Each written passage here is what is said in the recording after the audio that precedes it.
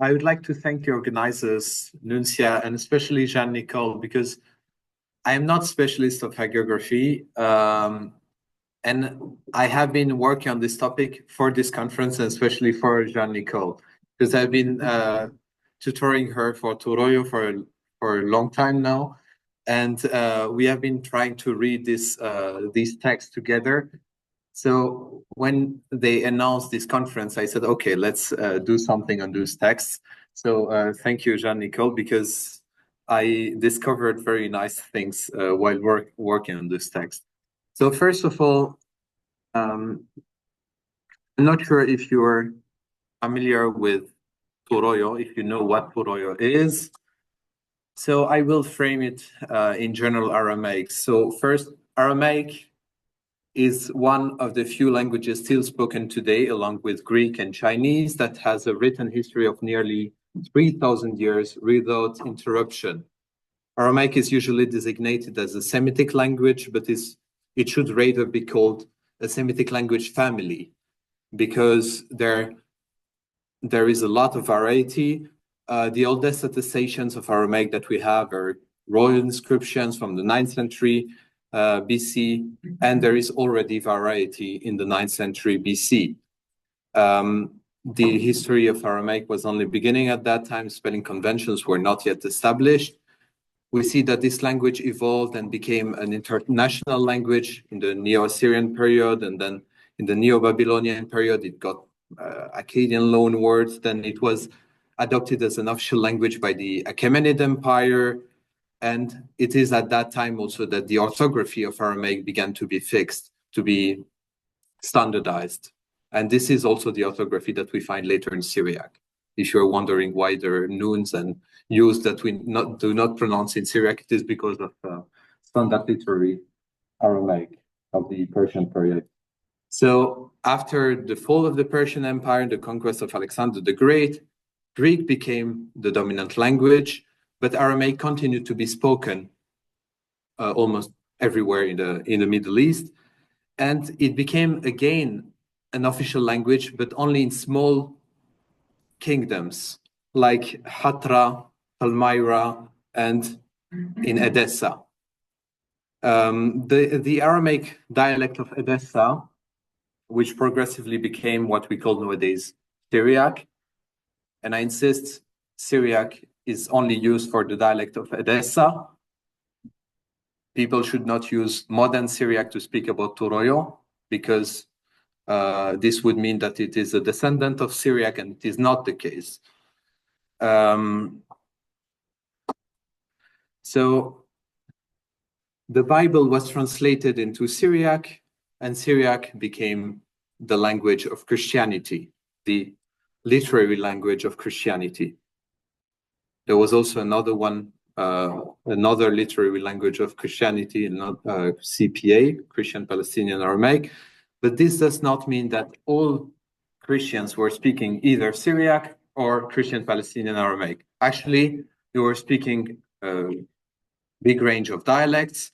If we have a look at the dictionary of Barbahlul, he mentions no less than 16 different dialects that were spoken during his time. So Syriac was the standard language, but there was a situation of diglossia. So we had a high prestige written language, classical Syriac, and then the low prestige spoken language, all the spoken dialects. We can assume that in the beginning of the Christian era, the difference between the spoken and the written was probably not big. So an author like Ephraim of Nisibis in the 4th century, he was from Nisibis, he was not from Edessa.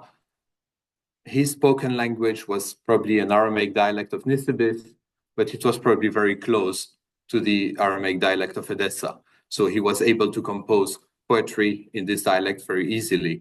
But over the centuries, the difference between Syriac and the spoken dialect became bigger and bigger. So this created a distance between the sacred language and normal people who were mostly literate. So with the Arab conquests, actually Arabic began to be used as a language to circulate ideas, theological ideas and so on, more effectively than Syriac, because Syriac was not understood anymore by many people. So this happened everywhere in the Islamic Empire, but in some regions, Aramaic was still the dominant spoken language. And this explains why in the 16th century, in the region of Al-Qush in Iraq, we see the emergence of a new literature, of a new literary genre, the so-called Ṭuroyo. The Ṭuroyo is kind of religious poetry about biblical figures and saints in the vernacular, because you could sing how much you want of Ephraim, nobody would understand. So you have to create a new poetry in the vernacular. The first author we know is Israel al-Qushaya from Al-Qur. And he, then he was, so he had a lot of, there are a lot of authors who continued after him to write Ṭuroyo. So these Ṭuroyo were written in what we call surahs. Surahs is called in academia Northeastern Neo-Aramaic, or shortened as Nina. This is a group of dialects spoken by Christians in north of Iraq, southeast of Turkey, and northwest of Iran. If you want to recognize those dialects, you can recognize them by the phonetics.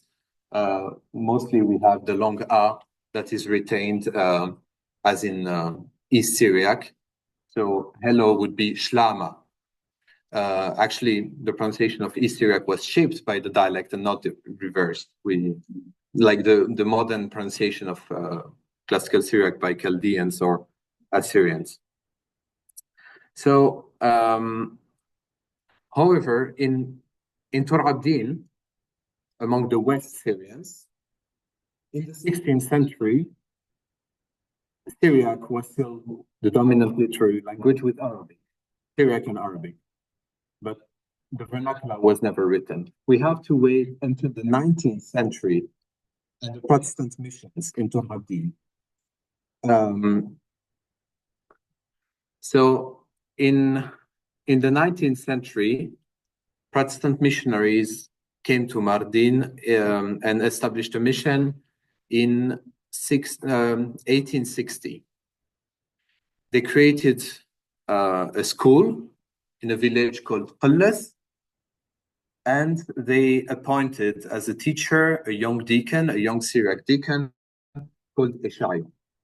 Ṭuroyo translated the Gospel of John into Ṭuroyo for the needs of the mission, and he was using it to teach. So Ṭuroyo is classified as a central Neo-Aramaic dialect and is originally spoken in the region of ṭuroyo. Historically, it was probably spoken in a bigger region than ṭuroyo, because we find also the dialect of Mlahso near Diyarbakir that is very close to Ṭuroyo. But all those regions were Arabized or Kurdified, so we don't have any more Ṭuroyo-speaking people around ṭuroyo, but we can assume that historically those places were also speaking close dialects of Ṭuroyo. So we know the story of this Ṭuroyo from Edward Zachow, the Orientalist Edward Zachow, who during his trip to Syria and Mesopotamia met him.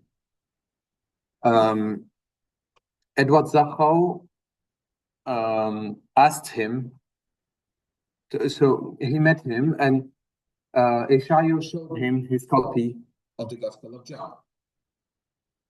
And Zachow, as a good scholar, he was very interested to document the spoken languages of the Ottoman Empire, but especially as a good spy of the Kaiser, because he was working for the Kaiser. So he kept in touch with Ṭuroyo and asked him to translate other texts. Most of the manuscripts that were written by Ṭuroyo for Zachau are now in the Staatsbibliothek, Berlin. Some of them are in the US, some of them are in the British Library, but most of them are in the Staatsbibliothek, Berlin. And we find all those manuscripts are now digitized and are available online on the portal Qalamos of the Staatsbibliothek and other libraries in Germany. The topics of those manuscripts are biblical, parabiblical, hagiographical, and secular. First, about the biblical text that we find Genesis 1 to 10, the Psalms 1 to 20, Esther, the Gospel of John that we mentioned already, and Acts. This choice, I don't know why exactly Zachau wanted those texts, but he asked another deacon from Ankawa, from the north of Iraq, to translate exactly the same texts. So probably he wanted to make a comparison of the dialects, and he never did it. And there is a footnote, an interesting footnote in Lizbaski's publication of some of the Neo-Aramaic texts, where he's saying that actually Zachau was kind of possessive with those manuscripts and didn't want other people to work on them. And I think his dissuasive methods were quite effective, as nobody worked on those manuscripts almost. So we find next to the biblical text, we have some apocryphal texts. We have apocryphal Acts of the Apostles, the story of King Solomon. I haven't worked on those texts. For this presentation, I will focus on the hagiographical, so I will speak later about that. And then for the secular text, we have the story of Ahiqar that was published by Litzbarski in 1895. And there is the beginning of the story of Sinbad the Sailor. And I think that Alessandro Mengozzi is preparing the edition of this text. Here you can see the beginning of Genesis in one of those manuscripts. So you see that those manuscripts are always bilingual. So we have the Arabic text, we have the Ṭuroyo text. For the biblical text, the Arabic text is not interesting. It is simply the Protestant translation of Van Dyck that was translated then into Ṭuroyo with some interference of the Syriac text. So when I come to the hagiographical text, we find 6 texts. We find first the ʿAbdīn trilogy.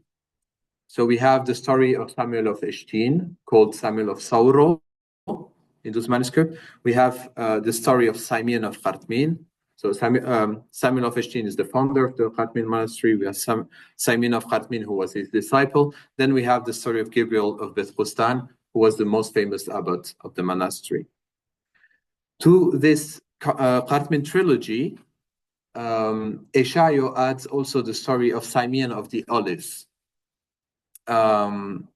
Because at the end of the story of Mor Gabriel, I don't know if you know the story, a boy is trampled at the burial of Mor Gabriel because there are too many people. He dies, and then they take his body and put it on the bier of Mor Gabriel, and he comes back to life. This boy is identified with Simeon of the Olives.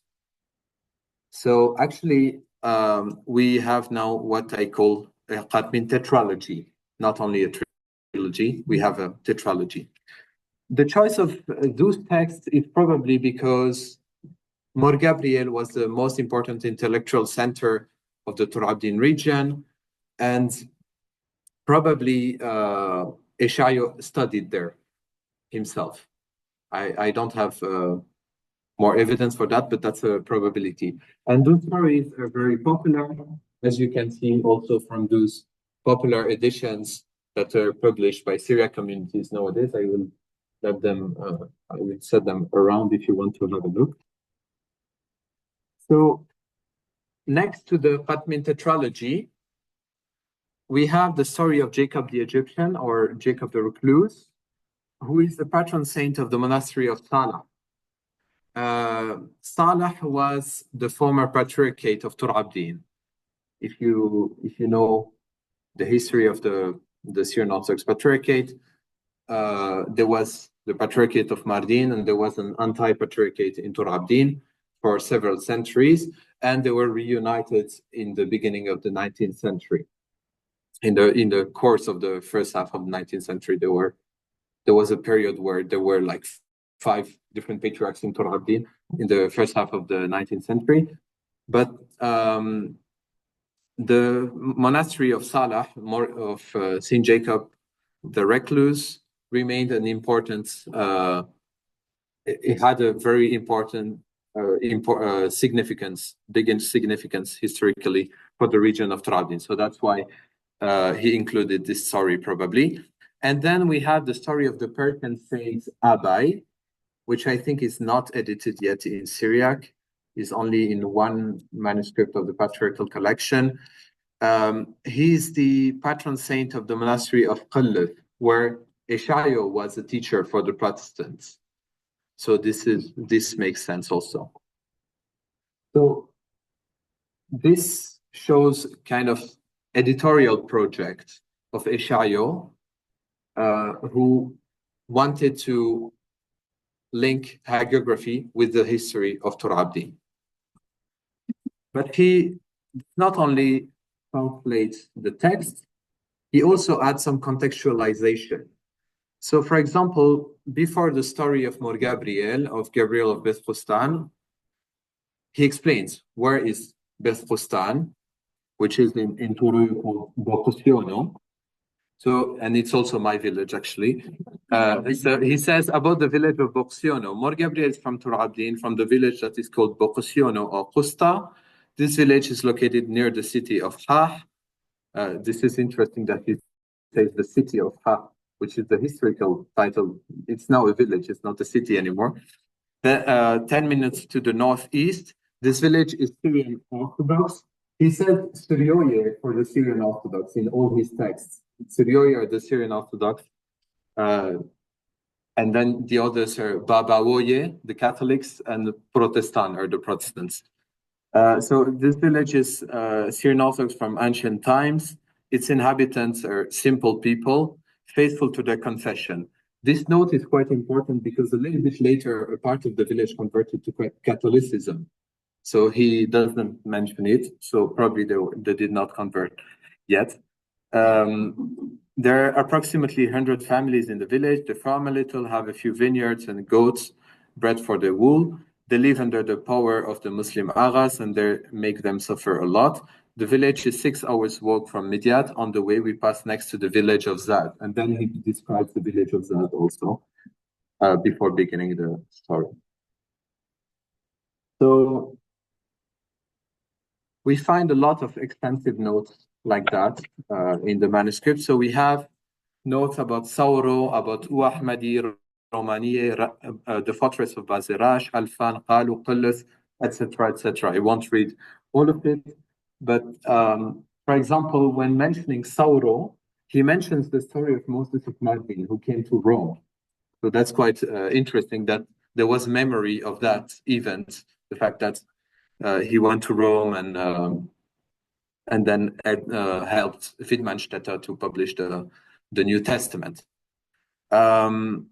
And then also another thing that is interesting is when he speaks about ṭuroyo in general, he adds also a discourse about general decadence and religious decadence, saying that priests are bad and that deacons don't pray anymore and so on. So I think that Ṭuroyo didn't convert Protestant himself. He was a teacher at the Protestant school, but he was very critical against his church. So that's why he became a teacher for the Protestants.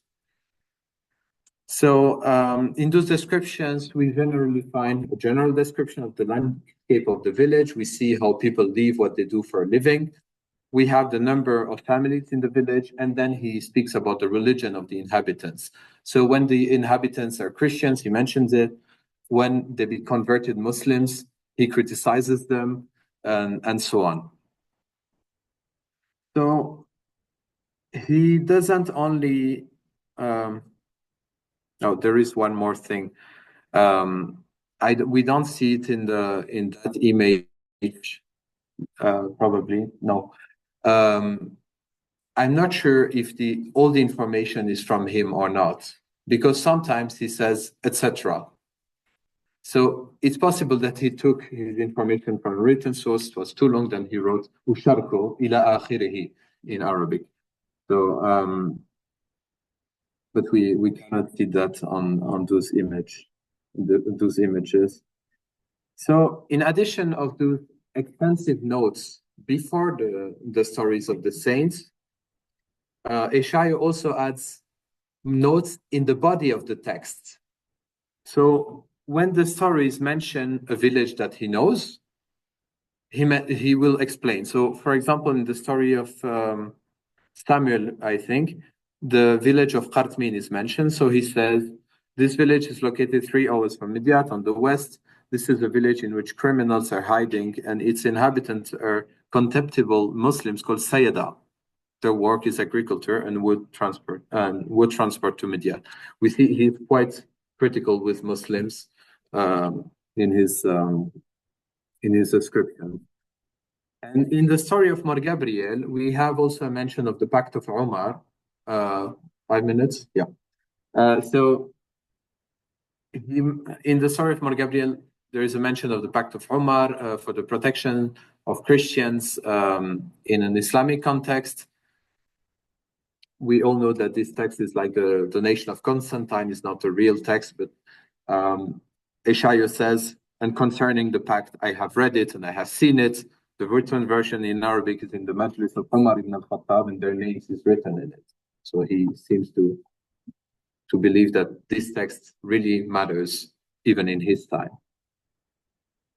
So at the end of the story of Mar Gabriel, he even adds a contemporary miracle that he knows of. This miracle is very interesting because it is the transformation of a girl into a boy. He says in the year 1866 of the Christian era, there was a rumor about Mar Gabriel saying that a family didn't have an heir. They got a daughter, they brought her to the monastery of Mar Gabriel, and it made of her a boy. The news spread in the whole country, even among people in charge of the government. The family we have mentioned, they're from Midyat, and the boy is still alive, but has no family anymore. He's working in agriculture, he married a woman, and his name is Gabriel. So he seems to know the person, actually.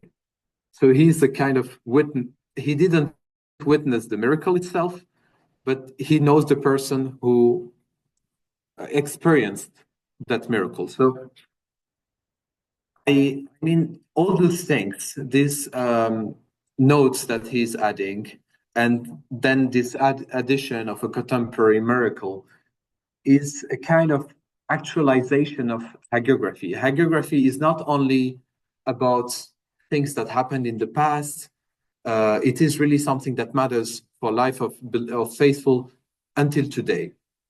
So it's all those identifications, all those mentions of places and so on, allow the reader to identify with the character through them. So I've summarized it with this sentence: if a man from my village or my region was holy, why can't I be one myself? So yeah, hagiography matters. It's not only devotion of the past and so on. And I'm not a specialist of hagiography. I realized that while preparing my presentation.